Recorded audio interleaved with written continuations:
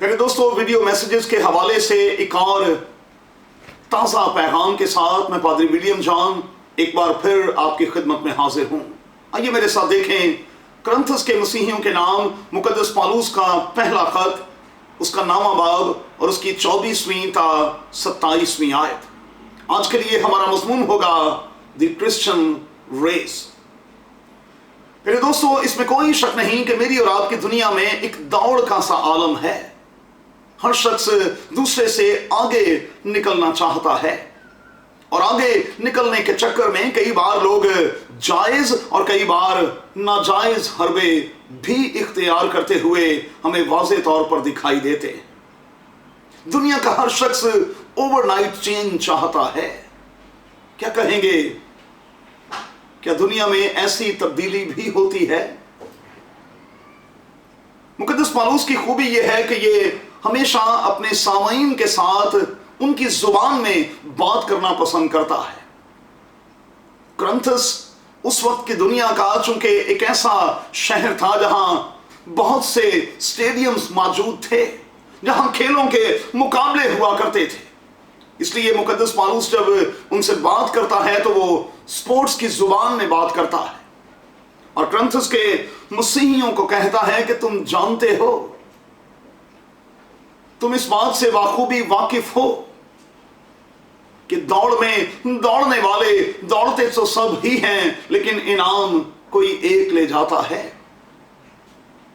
दुनिया में एथलेटिक्स के जो मुकाबले होते हैं, जिसमें लोग अपनी अपनी कंट्री को रिप्रेजेंट करते हैं, अगरचे कि वो तमाम के तमाम दौड़ने वाले मास्टर्स किस्म के लोग होते हैं, लेकिन तो भी इनाम कोई एक ले जाता है। वजह क्या होती है कि शायद दूसरों की निस्बत उसकी कारकर्दगी उस दिन कुछ बेहतर होती है।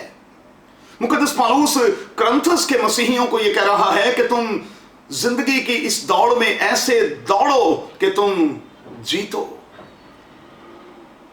सो प्यारे दोस्तों, याद रखें कि हमें जिंदगी की इस दौड़ में दौड़ते हुए सिर्फ पार्टिसिपेशन के ताल्लुक से नहीं, बल्कि जीतने के अज़म के साथ दौड़ना है और हमें खुदावंद यीशु मसीह के नाम से विक्ट्री स्टैंड पर खड़े होना है।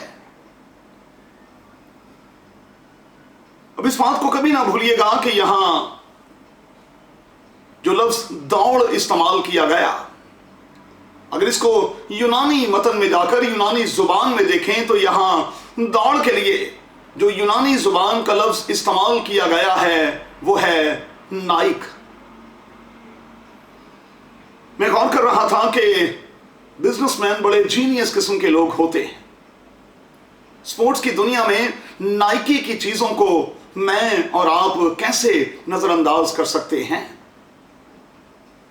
मेरा तजर्बा और मेरी अक्ल कहती है कि जब नाइकी के ओनर ने स्पोर्ट्स की दुनिया में नाइकी की चीजें डाली तो वो लोगों को खामोशी के साथ ये मैसेज दे रहा था कि अगर आप नाइकी की चीजें पहनकर जिंदगी की दौड़ में दौड़ेंगे तो आप यकीनी तौर पर कामयाब होंगे।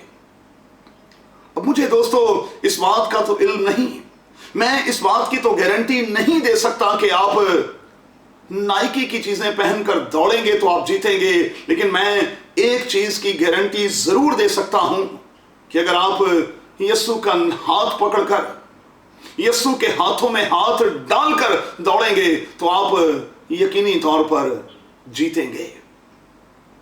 अब याद रहे कि जीत के लिए 3 चीजें जो हैं वो बड़ी लाजिम होती हैं। पहली, ट्रेनिंग। ट्रेनिंग के बगैर जीत का कोई तस्वुर नहीं। दूसरा, डिसिप्लिन। जब तक हम डिसिप्लिन नहीं होते हम जिंदगी के किसी भी मैदान में कामयाब नहीं हो सकते। और तीसरा, जीतने की इच्छा, ख्वाहिश या डिजायर। जब तक हमारे अंदर जीत का अज़म ना हो हम जीत नहीं सकते। मैं दोस्तों हमेशा कहता हूं कि जंगें जो हैं वो हमेशा यहां लड़ी जाती हैं।